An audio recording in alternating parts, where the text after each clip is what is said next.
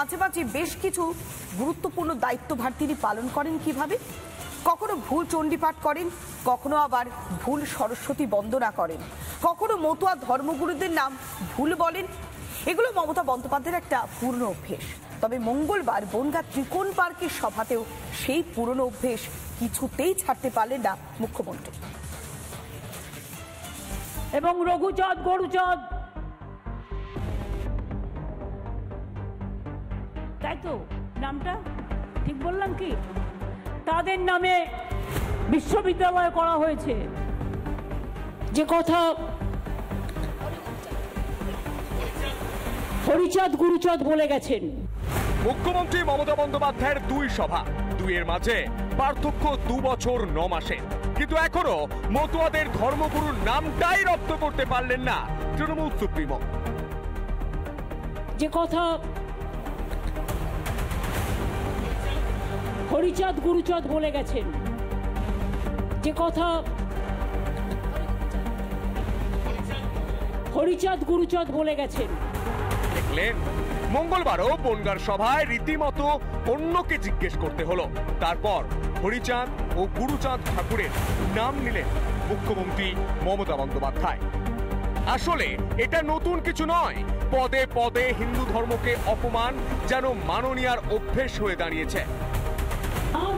जानबूझ के एक गंदा धर्म जो इसने बनाया, जो एक जुमला पार्टी ने बनाया, वो धर्म को हम नहीं मानता है। কখনো ভুল চণ্ডীপাঠ করেন, ওং জয়ন্তী মঙ্গলা কালী ভদ্রকালী কপালিনী দুর্গা শিবা ক্ষমা ধাত্রী সাহা সদা নমস্তুতে। কখনো সরস্বতী বন্দনা গুলিয়ে ফেলেন, দেবী চরাচর সারে কুচশিষ ভূত মুক্তাহারে বিনা পুস্তক রঞ্জিত হস্তে সরস্বতী মহাভাগে বিদ্যা কমলা লোচনে বিশ্বরূপে বিশালাক্ষী সরস্বত্যই নমো নমো। কখনো আবার পিতৃপক্ষে দেবী দুর্গার চক্ষুদান করেন।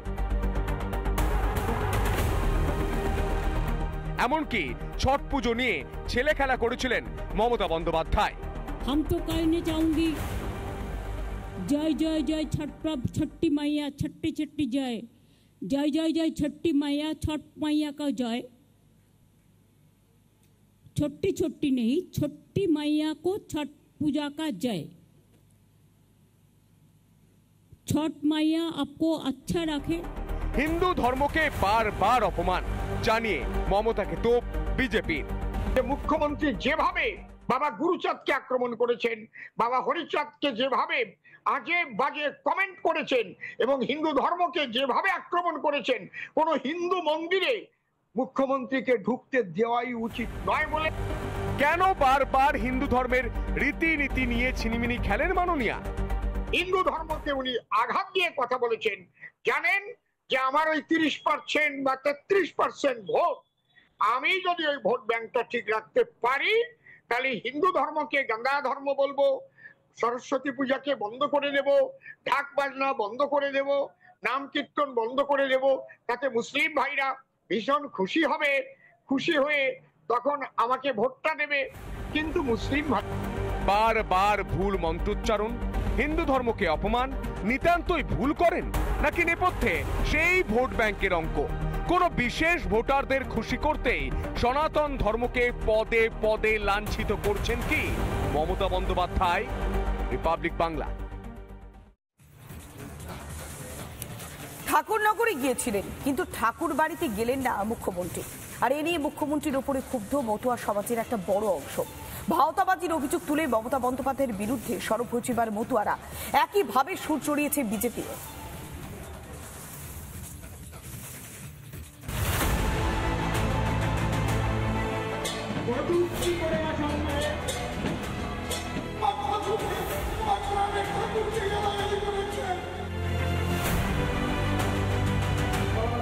গোবর এক বস্তা গোবর দিয়েছি, গোবর তুলে রেখেছিলাম।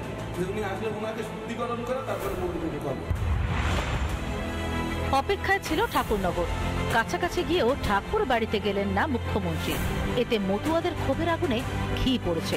বলবেন যে উনি অর্থাৎ মতুয়াদের জন্য সবকিছু করেন, তাহলে কেন আসলেন না? কি করেছে মতুয়াদের জন্য? উপহার দিয়েছে তো, এই যে ঠাকুরকে কুরুচিক মন্তব্য করে।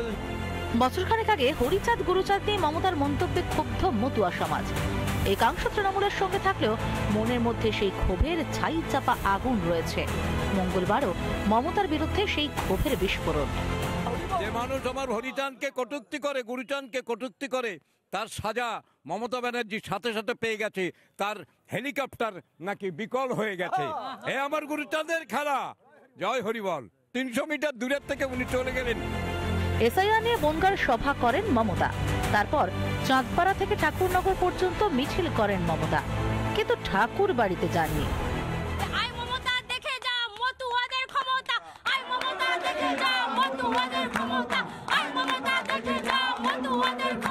উনি এটা বুঝে গেছে যে মতুয়ারা মমতা বন্দ্যোপাধ্যায়কে ত্যাগ করেছে, আর উনি নিজে এসআইআর এর ফর্ম ফিল আপ করে তারপর কোন মুখে কোন লজ্জায় এখানে এসআইআর এর বিরোধিতা করতে আসবেন। উনি এখানে আসলে যে বিক্ষোভের সম্মুখীন হবেন এটা উনি বুঝে গিয়ে এই রাস্তাটা দিয়ে বেরিয়ে চলে গেলেন। উনি এখানে আসলেন না, ভয়েই আসলেন। ঠাকুর বাড়ি লজ্জায় যেতে পারেননি, আর যেতে পারবেনও না। ঠাকুর বাড়ি যাওয়া সব শেষ ওনার, কারণ মতুয়ারা আর ওনার দিকে তাকাবে না, ওনাকে ভোট দেবে না। সবাই তৈরি ছিল আজকে ঠাকুর বাড়ি ঢুকতে গেলে আজকে কালো পতাকায় ঢেকে যেতেন মুখ্যমন্ত্রী। মতুয়াগড়ে জমি শক্ত করতে গিয়েছিলেন মমতা। সেখানকার মা মাটি মানুষ যে তার থেকে যোজন দূরে সরে গিয়েছেন তা টের পেয়েছেন তৃণমূল নেত্রী। পিঠ বাঁচাতে ঠাকুর বাড়ি হয়তো এড়িয়ে গেলেন। মতুয়াদের ক্ষোভের আগুন কি নেভাতে পারবেন মমতা? রিপাবলিক বাংলা। এসআইআর করতে 3 বছর সময় লাগে। মঙ্গলবার মতুয়াগড়ে এমনটাই দাবি করলেন মমতা বন্দ্যোপাধ্যায়। আমরা থাকতে কাউকেই তাড়াতে দেব না বলে দাবি করলেন মুখ্যমন্ত্রী। আর পাল্টা মমতা বন্দ্যোপাধ্যায়কে তুলোধনা করেছে বিজেপি।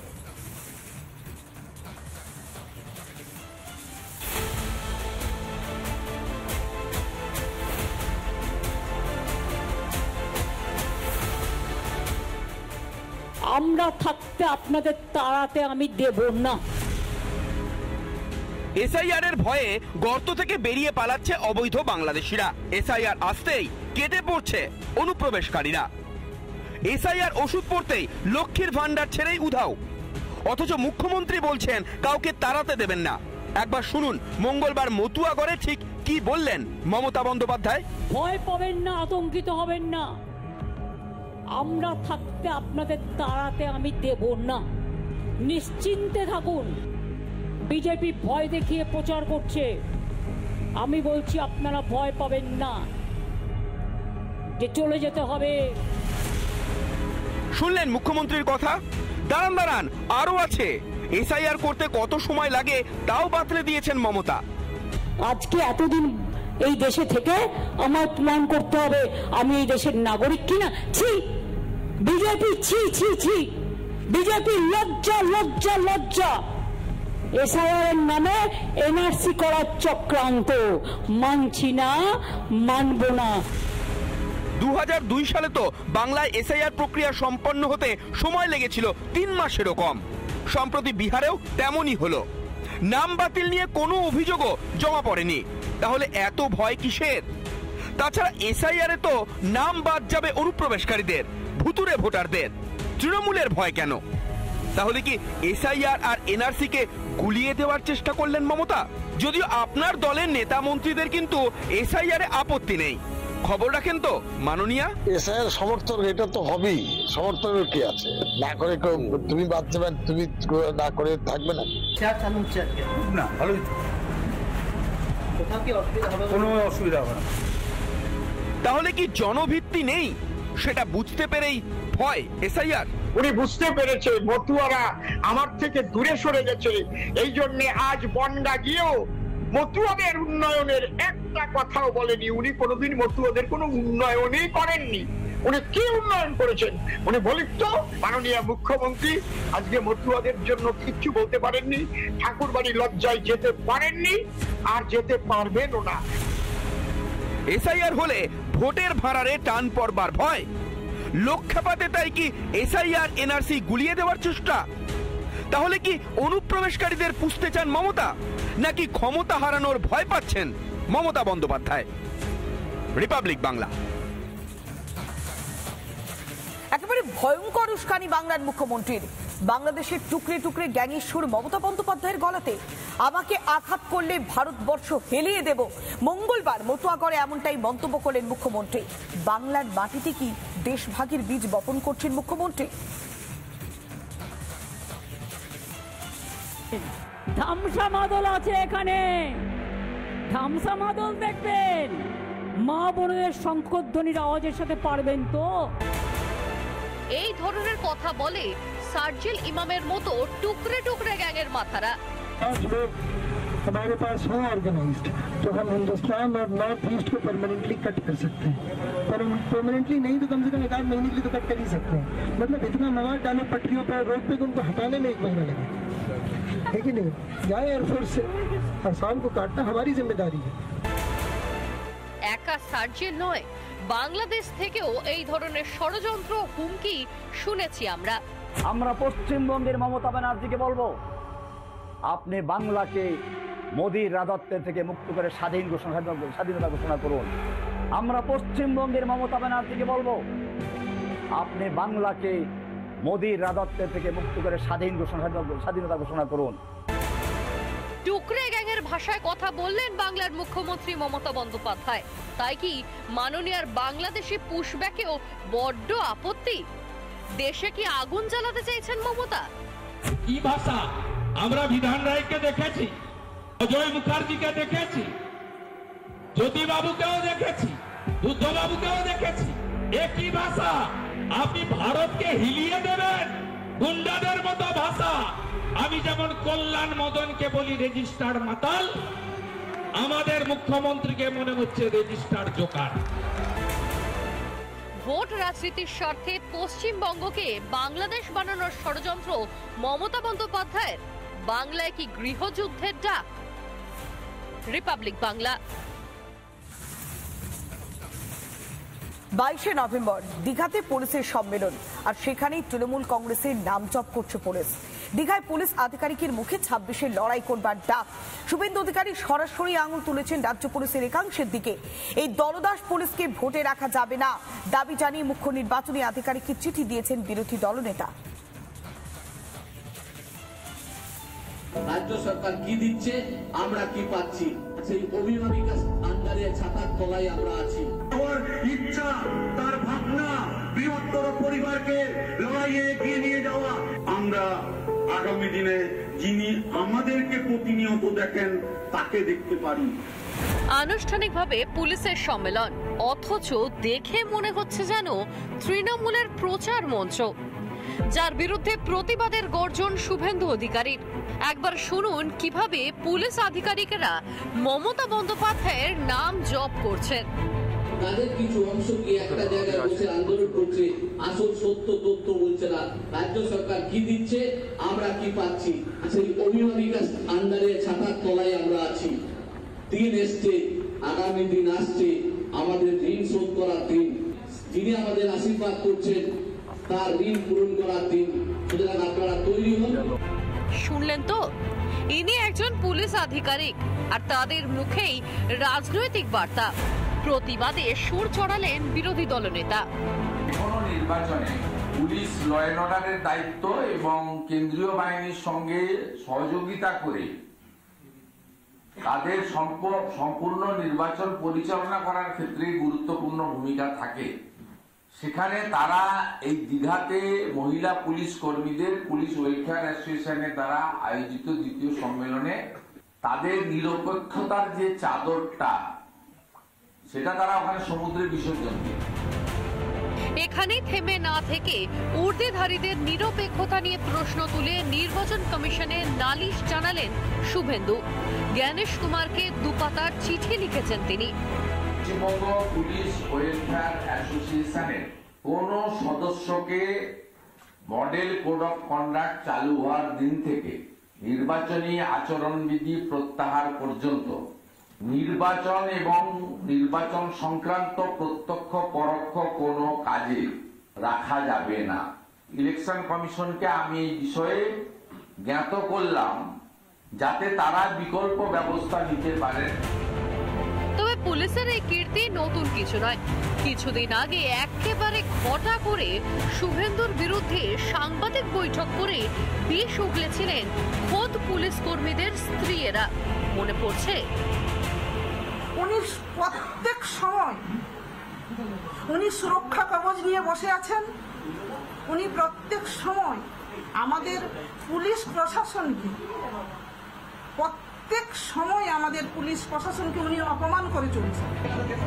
কিংবা কিছুদিন আগে কলকাতা পুলিশের উচ্চ পদস্থ কর্তা শান্তনু সিনহা বিশ্বাসকে দেখা যায় ভবানীপুরের ৭৩ নম্বর ওয়ার্ডে মদন পাল লেনের স্বরাজ সংঘ ক্লাবে শাড়ি বিতরণ করতে। সব ছেড়ে কি তাহলে এটাই কাজ পুলিশের? তাহলে রাজ্যের আইন শৃঙ্খলা সামলাবেন কে? পুলিশের বিরুদ্ধে যেভাবে ক্ষোভ বাড়ছে, এরপর ক্ষোভের বিস্ফোরণ হলে সামলাতে পারবেন তো পুলিশ মন্ত্রী? রিপাবলিক বাংলা। রাজ্যের দিকে দিকে যেন নাটক চলছে, তবে আরো একটা নাটক শেষ হয়েছে। কোন নাটক? সিইও দপ্তর থেকে উঠে গিয়েছেন 4 জন বিএলও এবং তৃণমূলের ধামাধারীরা। তারা আগে অবশ্য দিনভর নাটক করে গিয়েছেন। রিপাবলিক বাংলার লাগাতার প্রশ্নে রীতিমতো লেটে গোবরে হয়েছেন। অবশেষে সন্ধেতে একেবারে লোটা কম্বল গুটিয়ে গুটি গুটি পায়ে কেটে পড়লেন তারা।